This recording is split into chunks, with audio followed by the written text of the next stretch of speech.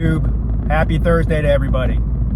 So it appears as if our boy, old Saint Nick, better known as Nick Saban, verified what Coach Dabo Sweeney warned us all about 4 or 5 years ago as it pertains to the transfer portal one, and more importantly, the implementation of name, image, and likeness in college football. Now, I don't have the quote in front of my face to read it to you verbatim. I'm sure you've all read it on the internet already. It's been a big news story over the past 24 hours. But essentially what Saban said was NIL and the attitude that players have towards the NIL and the transfer portal to a lesser degree is what drove him to retirement early. I say early, he's been coaching forever, but the way it sounds is he wanted to continue coaching. He had every intention to be coaching in 2024 until after the national championship game in January. And again, I'm not going to say it verbatim because I don't have the quote in front of me, but basically what he said was after the game, he didn't like the attitude of the players. I think he said something along the lines of you win with class and you lose with class. He didn't like the attitude of the players after the game. And then shortly after, I guess the days following, he was getting a lot of players coming up to him saying basically, look, I'm going to leave. What can you do for me?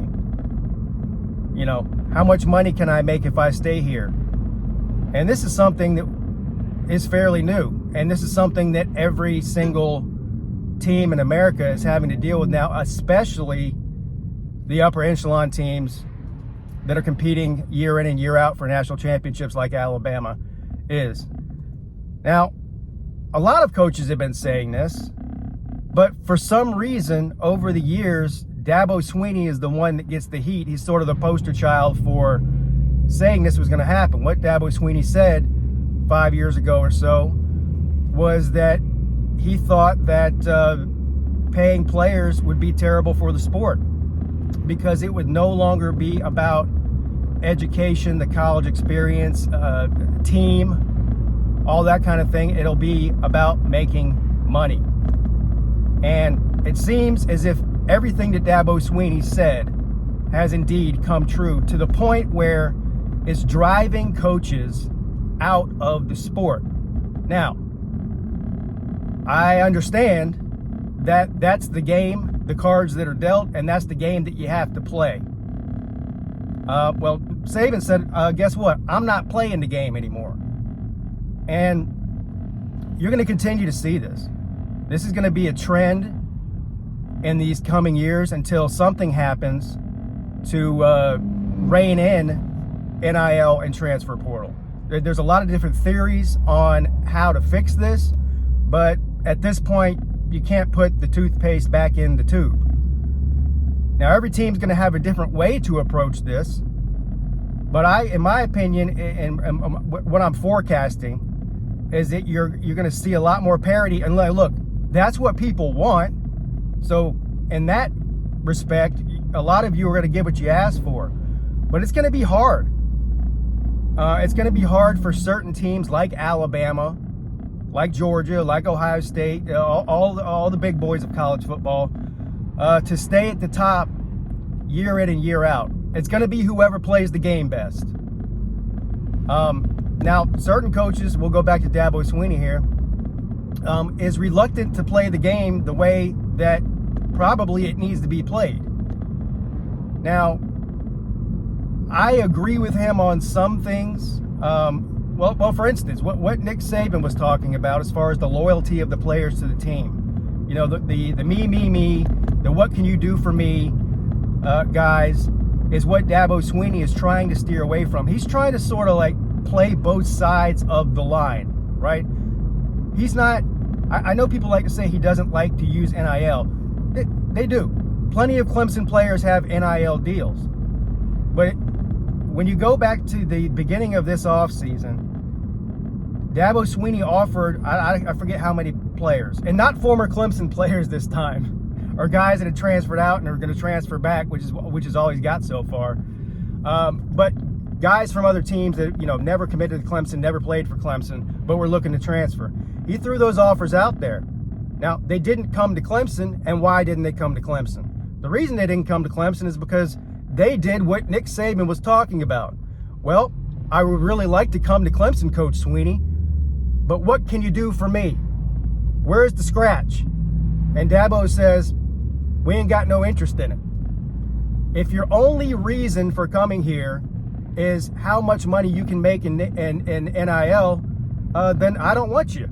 Now, if you come here, if you decide you want to come here, we can talk about getting you an NIL deal. But I'm not making any promises before you sign on the dotted line and show up on campus.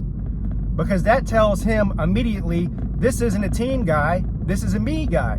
And look, if I'm a college football player, especially a highly rated one or one that everybody wants, I'm not pretending that I would say that I wouldn't be one of those guys that says, what can you do for? I am not blaming the players for saying, what can you do for me? All right, I get it.